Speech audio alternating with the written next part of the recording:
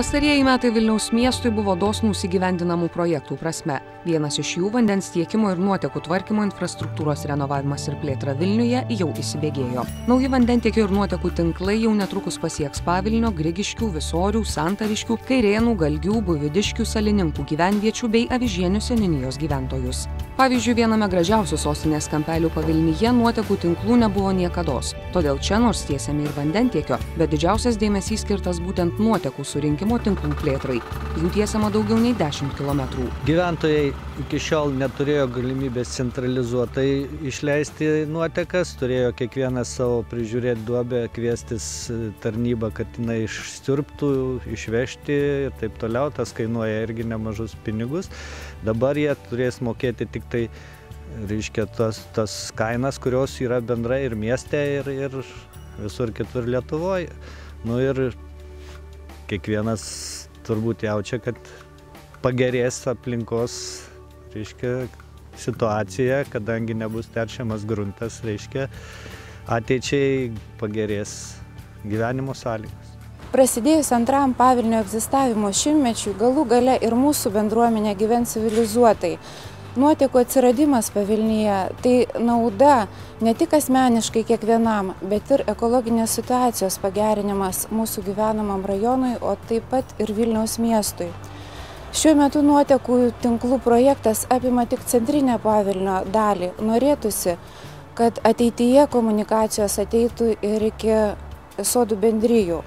Šis projektas sprendžia ne tik buitinės, bet ir ekologinės problemas. Beveik 10 km vandentiekio ir nuotekų tinklų bus paklota ir Vilniaus priemiesčio jau tapusiose Grigiškėse. Darbai vyksta ir pastarąjį dešimtmetį bene sparčiausiai augusioje Kairėnų Galgių gyvenvietėje. Kitąmet net 3800 gyventojų čia galės prisijungti prie naujų tinklų.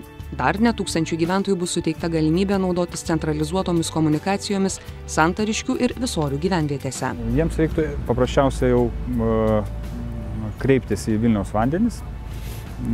Yra mūsų suderinta ir patvirtinta supaprastinta pasijungimo tvarka.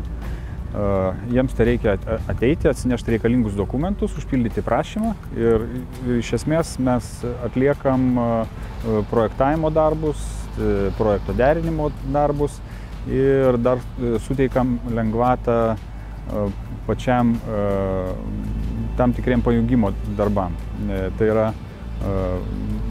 jau kai gyventojas pasikloja įvadą ir išvadą iki mūsų nutestų tinklų, jisai gauna nemokamai tinklų dezinfekavimo paslaugą, yra sumontuojamas vandens apskaitos mazgas, atliekamas mikrobiologinis tyrimas ir visa šita paslauga, jinai už ją jisai susimoka tik tai dalį sumos. Jeigu kalbėt konkrečiai, tai yra 544 litrai. O viso šito paketo kaina, jeigu taip mokėti pilną kainą, tai būtų virš 1800 litrų. Avižienių seniūnijoje esančiuose Užubaliuose, Klevinėje, Raisteniškėse, Bendoriuose, kaip ir anksčiau minėtose gyvenvietėse, šiemet taip pat vyko intensyvūs statybų darbai. Baigus projektą 1000 šios seniūnijos gyventojų bus suteikta galimybė prisijungti prie naujų tinklų. Numatoma pajungti apie 10 000 gyventojų kaip vartotojų. Aišku, tiesimės, kai jūs matot, vandentiekio linijos magistralinės ir buitinių nuotekių linijos. Žmonėm iš to geriau tik dėl to, kad gaus tikrai gerą vandenį. Ir, sakysim, aplinkosaugos aspektu, jeigu žiūrint, tai visos nuotekos bus surinktos į bendrą valymo sistemą. Artimiausiu metu vandentiekio ir nuotekų tinklų plėtros darbai bus pradėti ir kitose dviejose gyvenvietėse – Salininkuose ir Buivydiškėse. Pernai lapkritį pasirašytos rankos darbų sutartys. Visų minėtų rajonų ir gyvenviečių vandentiekio ir nuotekų surinkimo tinklų plėtrai skirta daugiau nei 52 milijonai litų. ES sanglaudos fondo indėlis siekia daugiau nei 44 milijonus. Iš valstybės biudžeto skiriama virš 5 milijonų litų. Dar 2 milijonais litų prisideda projekto vykdytojas Vilniaus vandenys. Tai yra didžiausia vandentiekio bendrovė Lietuvoje, eksploatuojanti ne tik Vilniaus miesto, bet ir Šalčininkų, Švenčionių bei Vilniaus rajono vandentiekio ir nuotekų tinklus. Visos projekto lėšos bus įsisavintos iki šių metų lapkričio 30 dienos. Projektas padeda sumažinti socialinius ir ekonominius skirtumus tarp ES piliečių.